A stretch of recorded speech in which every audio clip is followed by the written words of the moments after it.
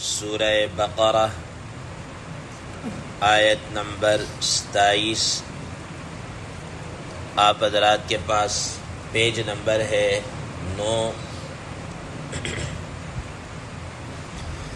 اعوذ باللہ من الشیطان الرجیم، بسم اللہ الرحمن الرحیم۔ الذين ينقضون عهد الله من بعد ميثاقه ويقطعون ما أمر الله به أن يوصل ويفسدون في الأرض أولئك هم الخاسرون۔ صدق اللہ العظیم۔ اللہم صل علی محمد النبی الأمی وعلی آلہ وسلم تسلیما کثیرا کثیرا۔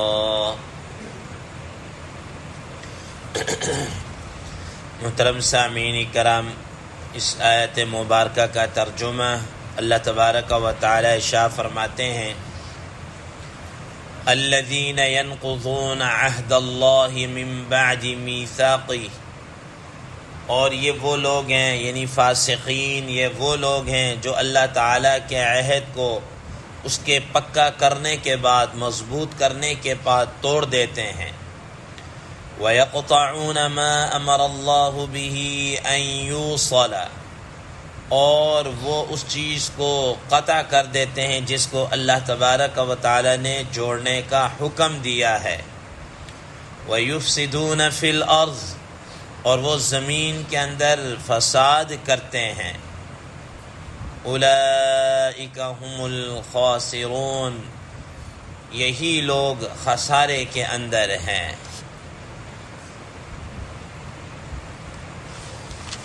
محترم سامعین کرام،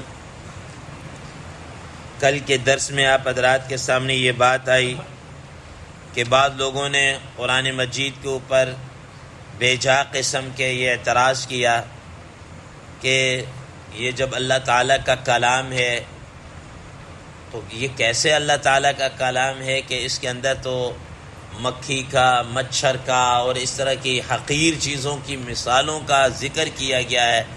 تو اس کا جواب کل کے درس میں دیا گیا اور فرمایا کہ اللہ تبارک و تعالیٰ ان جیسی چیزوں کے ساتھ بہت سارے لوگوں کو ہدایت دیتے ہیں اور بہت سارے لوگوں کو گمراہ کر دیتے ہیں، اور فرمایا کہ اس کی گمراہی کے اندر سوائے فاسقین کے اور کوئی نہیں ہے۔ فاسق لوگ ہی ہیں جو گمراہ ہوتے ہیں۔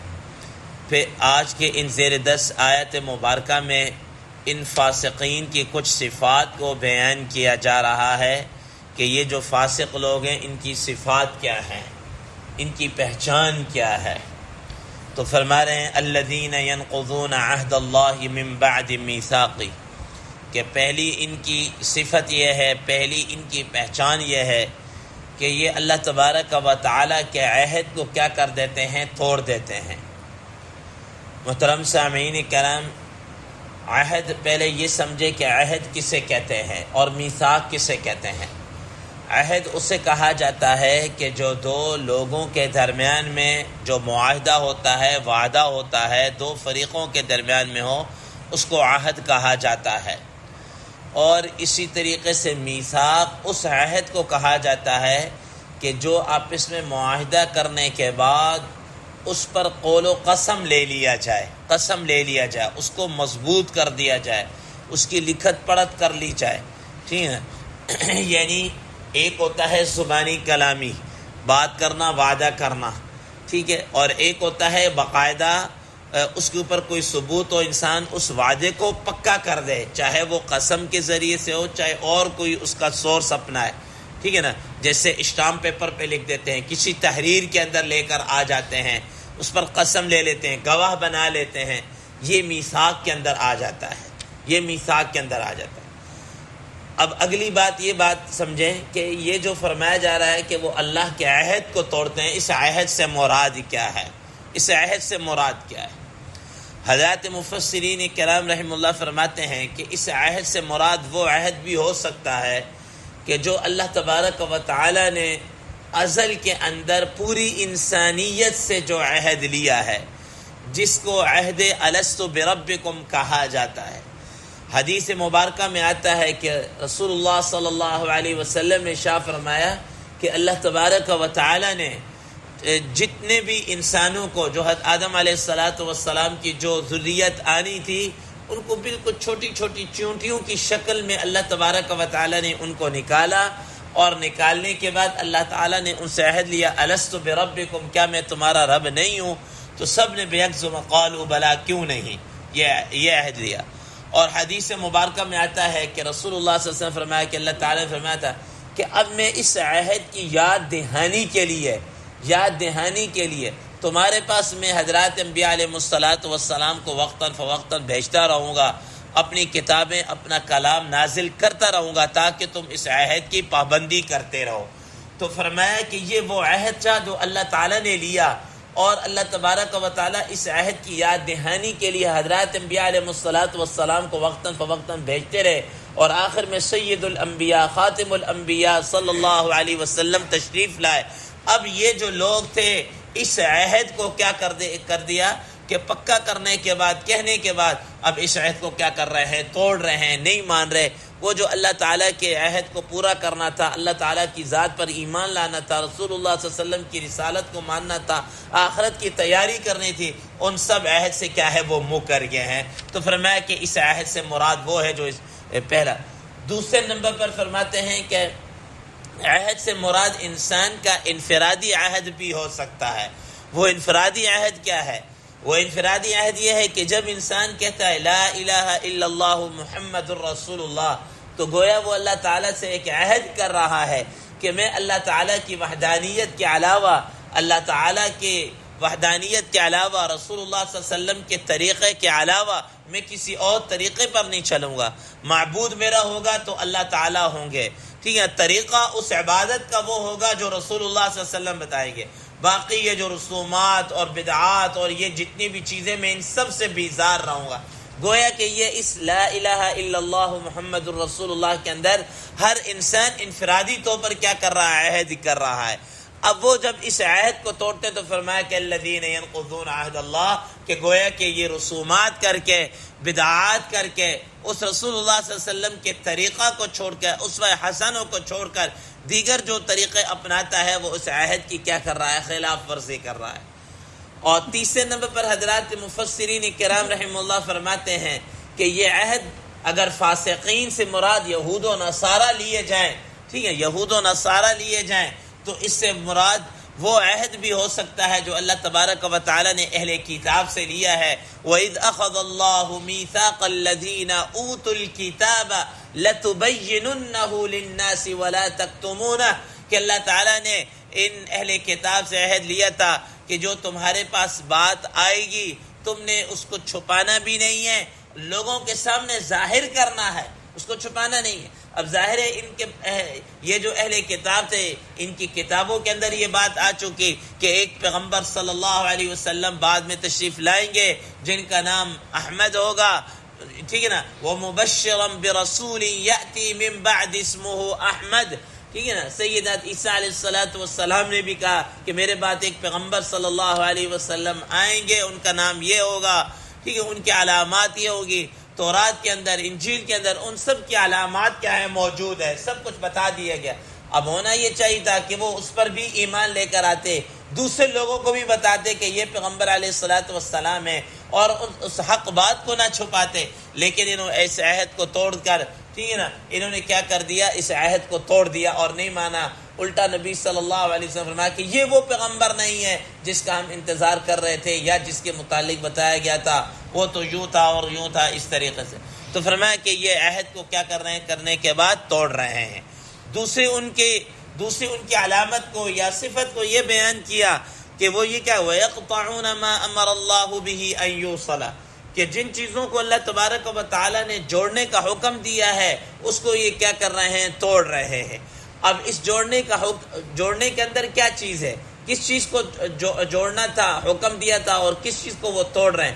حضرات مفسرین کرام رحم اللہ فرماتے ہیں کہ سب سے پہلے اللہ تبارک و تعالیٰ نے رشتہ داروں کے ساتھ کیا ہے؟ قرابت داری کا حکم دیا ہے کہ ان کے ساتھ تعلقات کو انسان جوڑ کر رکھے، توڑ کے نہ رکھے، ان کے ساتھ حسن سلوک کرے، ٹھیک ہے نا۔ قرآن مجید میں اللہ تبارک و تعالیٰ نے فرمایا وَاتَّقُوا اللَّهَ الَّذِي تَسَاءَلُونَ بِهِ وَالْأَرْحَامِ، ٹھیک ہے نا، کہ یہ جو ارحام ہے، قرابت داری ہے، ان سے، ان کے حقوق کو پورا کرو، ڈرو اللہ تعالیٰ کے معاملے میں، ان سے ڈرو، ٹھیک ہے نا۔ تو یہ جناب اللہ اس چیز کا حکم دیا گیا تھا۔ رسول اللہ صلی اللہ علیہ وسلم نے ارشاد فرمایا صل عمن قطعک واعف عمن ظلمک، جو تجھ سے توڑے تو اس کے ساتھ کیا کر؟ جوڑ کے رکھ، ٹھیک ہے نا۔ اور رسول اللہ صلی اللہ علیہ وسلم نے رشتہ داروں کے ساتھ حسن سلوک کا حکم دیا۔ آپ صلی اللہ علیہ وسلم نے ارشاد فرمایا کہ جو آدمی یہ چاہتا ہے کہ اس کے عمر کے اندر، اس کے رزق کے اندر اضافہ ہو جائے، فَلْيَصِلْ رَحِمَهُ، اس کو چاہیے وہ اپنے رشتہ داروں کے ساتھ حسن سلوک کرے، صلہ رحمی کرے، اس کے عمر میں، رزق میں کیا ہے؟ برکتیں آ جائیں گی۔ اور اسی طریقے سے رسول اللہ صلی اللہ علیہ وسلم نے فرمایا کہ اللہ تعالیٰ فرماتے ہیں کہ یہ جو میں نے قرابت داری کو قائم کر دیا ہے، ٹھیک ہے نا، چونکہ یہ جو رحم ہے یہ رحمان سے مشتق ہے، ٹھیک ہے نا، یہ رحمان سے مشتق ہے۔ تو فرمایا رسول اللہ صلی اللہ علیہ وسلم نے کہ اللہ تعالیٰ فرماتے ہیں کہ جو اب اس کو توڑ کے جوڑے گا میں اس کو جوڑ کے رکھوں گا، اور جو اس رشتے ناطے کو توڑے گا میں اس کو توڑ کر رکھ دوں گا۔ اس کو یہ جناب اللہ جس چیز کا اللہ تعالیٰ نے حکم دیا تھا اس کو جوڑنا، ٹھیک ہے نا، اس کو جوڑنے کا حکم دیا۔